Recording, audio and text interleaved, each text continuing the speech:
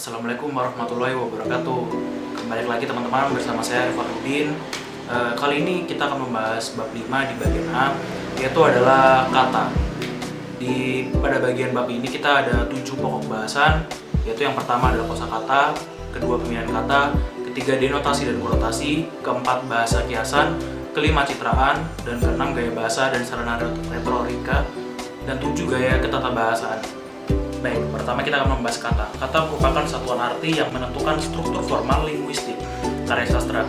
Kata-kata yang telah dipergunakan oleh penyair disebut kata berjiwa, yang tidak sama artinya dengan kata dalam kamus ya, yang masih menggunakan pengolahan. Pengetahuan tentang kata berjiwa disebut dengan stilistika, sedangkan pengetahuan tentang kata-kata sebagai kesatuan yang lepas dari yang lain disebut leksikografi. Gramatika yang membicarakan efek dan kesan yang ditimbulkan oleh pemilihan kata dan penyusunan atau penempatan kata disebut dengan tata bahasa atau stilistika. Sedang yang lain yang membicarakan kaidah-kaidah bahasa disebut dengan tata bahasa normatif. Dalam puisi, belum cukup bila hanya ditemukan maksudnya saja. Yang dikehendaki penyair ialah supaya siapa yang membaca dapat turut merasakan dan mengalami seperti apa yang dirasakan dan dialami penyair. Baik, selanjutnya adalah kosakata. Bahasa sebagai sarana untuk menyampaikan perasaan dan pikiran sastrawan. Baik tidaknya tergantung pada kecakapan sastrawan dalam pergunakan kata-kata. Kehalusan perasaan sastrawan dalam menggunakan kata-kata sangatlah diperlukan. Karena penggunaan kata-kata bahasa sehari-hari dapat memberikan efek gaya yang realistik. Sedangkan penggunaan bahasa atau kata-kata yang indah dapat memberikan efek romantik. Tak jarang seorang penyair seperti W.S. Rendra, Sapardi Djoko, dan sebagainya menggunakan kata-kata kuno yang sudah mati.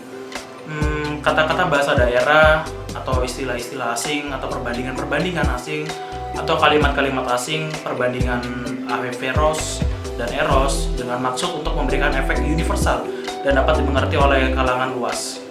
Baik, yang kedua adalah pemilihan kata. Pemilihan kata dalam sajak disebut diksi. Bila kata-kata dipilih dan disusun dengan cara yang sedemikian rupa hingga artinya menimbulkan atau dimaksudkan untuk menimbulkan imajinasi, estetik, maka hasilnya itu disebut dengan diksi puitis. Untuk mendapatkan kepadatan dan intensitas serta supaya selaras dengan sarana komunikasi puitis yang lain, maka penyair memilih kata-kata dengan secermat-cermatnya. Baik, yang ketiga adalah denotasi dan konotasi. Sebuah kata itu mempunyai dua aspek arti, yaitu denotasi ialah arti yang menunjuk dan konotasi yaitu artinya tambahannya. Denotasi sebuah kata adalah definisi kamusnya, yaitu pengertian yang menunjuk benda atau hal yang diberi nama dengan kata itu, disebutkan atau diceritakan. Bahasa yang denotatif adalah bahasa yang menuju kepada korespondensi satu lawan satu antara tanda kata itu dengan hal yang ditunjuk. Baik, dalam puisi, karya sastra pada umumnya masih mengandung arti tambahan dan yang ditimbulkan oleh asosiasi-asosiasi yang keluar dari denotasinya. Kumpulan asosiasi-asosiasi perasaan yang terkumpul dalam sebuah kata diperoleh dari setting yang dilukiskan disebut konotasi. Jadi dalam membaca sajak, selain harus mengerti artinya atau denotatifnya, juga harus diperhatikan konotasi atau arti konotatifnya yang timbul dari asosiasi-asosiasi arti denotatifnya itu. Selanjutnya adalah bahasa kiasan. Bahasa kiasan juga menjadi unsur kepuitisan yang mengkiaskan atau mempersamakan suatu hal dengan hal yang lainnya supaya menjadi gambaran yang jelas, lebih menarik dan hidup. Bahasa kiasan ada bermacam-macam, namun meskipun bermacam-macam mempunyai sesuatu hal sifat yang umum, yaitu bahasa kiasan tersebut mempertalikan sesuatu dengan cara menghubungkannya dengan sesuatu yang lain. Jenis-jenis bahasa kiasan ini ada sebagai berikut, yaitu perbandingan, metafora, perumpamaan epos, alegori, personifikasi, metonimi, dan sinekdoke. Baik, selanjutnya adalah gaya bahasa dan sarana retorika. Gaya bahasa adalah susunan perkataan yang terjadi karena perasaan yang timbul atau hidup dalam hati penulis, yang menimbulkan suatu perasaan tertentu dalam hati pembacanya. Gaya bahasa itu menghidupkan kalimat dan memberi gerak pada kalimat. Gaya bahasa itu juga menimbulkan reaksi tertentu untuk menimbulkan tanggapan pikiran kepada pembaca. setiap pengarang mempunyai gaya dan caranya sendiri dalam melahirkan pikiran. Namun, ada sekumpulan bentuk atau beberapa macam bentuk yang biasa dipergunakan, sering disebut dengan retorika ya. Sarana retorika merupakan sarana kepuitisan yang berupa muslihat pemikiran. Sarana retorika yang dominan adalah tautologi, pleonasme, keseimbangan, retorik, reticence, paralelisme, dan penjumlahan. Corak-corak atau jenis sarana retorika tiap periode atau angkatan ditentukan atau sesuai dengan gaya sajaknya, aliran, paham, serta konvensi dan konsepsi estetikanya.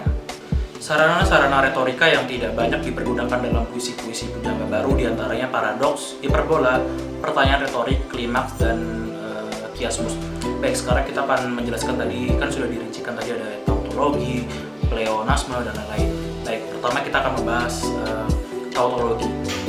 Tautologi adalah sarana retorika yang menyatakan hal atau keadaan dua kali.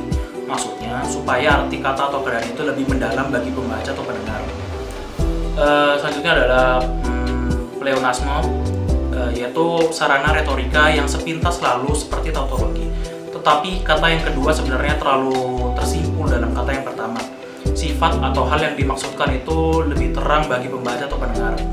Selanjutnya ada enumerasi, yaitu sarana retorika yang berupa pemecahan suatu hal atau keadaan menjadi beberapa bagian dengan tujuan agar hal atau keadaan itu lebih jelas dan nyata bagi pembaca atau pendengar.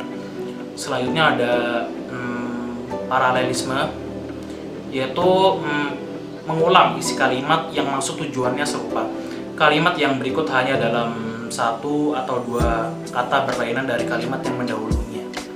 Selanjutnya ada retorik reticence, adalah sarana mempergunakan titik-titik banyak untuk mengganti perasaan yang tak terungkapkan.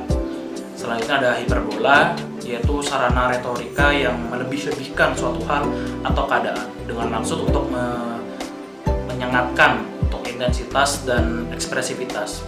Selanjutnya adalah paradoks, yaitu sarana retorika yang menyatakan sesuatu secara berlawanan, tetapi sebetulnya tidak bila bersungguh-sungguh dipikir atau dirasakan.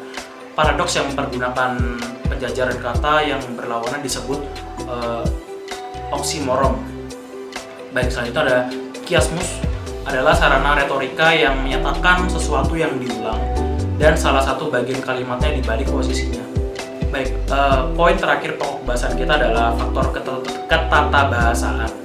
Penggunaan bahasa seorang atau parol merupakan penerapan sistem bahasa yang ada, dan penggunaan bahasa penyair sekaligus penerapan konvensi puisi yang ada. Namun, penerapan ini tidak selalu sesuai dengan sistem bahasa maupun konvensi puisi yang ada, sebab hal ini dipengaruhi situasi penggunaan. Dalam puisi sering menyebabkan adanya penyimpangan-penyimpangan dari sistem norma bahasa yang umum. Penyimpangan-penyimpangan dari tata bahasa yang dilakukan oleh Chairil Anwar berupa pendekatan kata untuk kelancaran ucapan, untuk mendapatkan irama yang menyebabkan liris. Jadi penghilangan imbuhan atau untuk membuat berirama, penyimpangan struktur sintaksis untuk mendapatkan irama yang liris, kepadatan ekspresivitas, serta membuat bahasa segar dan menarik karena kebaharuannya. Sedangkan penyimpangan yang dilakukan Sutarji mencakup penghapusan tanda baca yang efeknya memberikan kegandaan tafsir ataupun efek stream of consciousness, pikiran yang mengalir tak terkendalikan dari bawah sadar. Penggabungan dua kata atau lebih untuk memberikan efek penyengatan atau melebih-lebihkan. Penghilangan imbuhan untuk mendapatkan irama, untuk kelancaran membaca dan mendapatkan daya ekspresi yang penuh karena kepadatannya.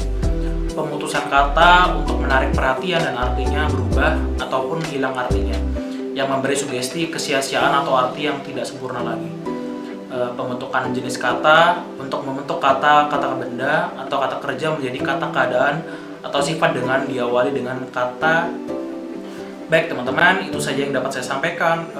Kurang lebihnya mohon maaf apabila dalam penyampaian saya kurang jelas atau nada-nada dalam penyampaian saya kurang dipahami oleh teman-teman semua. Saya mohon maaf yang sebenarnya dan sampai jumpa dan terima kasih.